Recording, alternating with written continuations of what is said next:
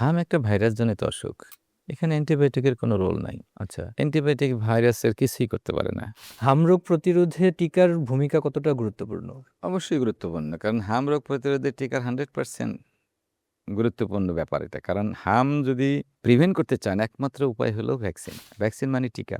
তাহলে টিকার গুরুত্ব মানে কি 100% গুরুত্ব আছে এটার। টিকা দিলেই বাচ্চার হাম হওয়ার সম্ভাবনা থাকবে না। পৃথিবীতে হামের টিকা খুবই এফেক্টিভ। আমি আগেও বলছি যে এটা সেরোটাইপ একটা। হুম। সেজন্য আপনি যদি একটাকে প্রোটেকশন দিয়ে দেন তাহলে ওর তো হার্ম হবে না। তাহলে এটা ভ্যাকসিন তো একমাত্র প্রিভেন্টেবল। মানে এই হার্ম রোগের প্রতিরোধের জন্য ভ্যাকসিন হলো সবচেয়ে বেশি ইম্পোর্টেন্ট একটা জিনিস। হাম হলে কি অ্যান্টিবায়োটিক প্রয়োজন হয়? হার্ম একটা ভাইরাসজনিত অসুখ।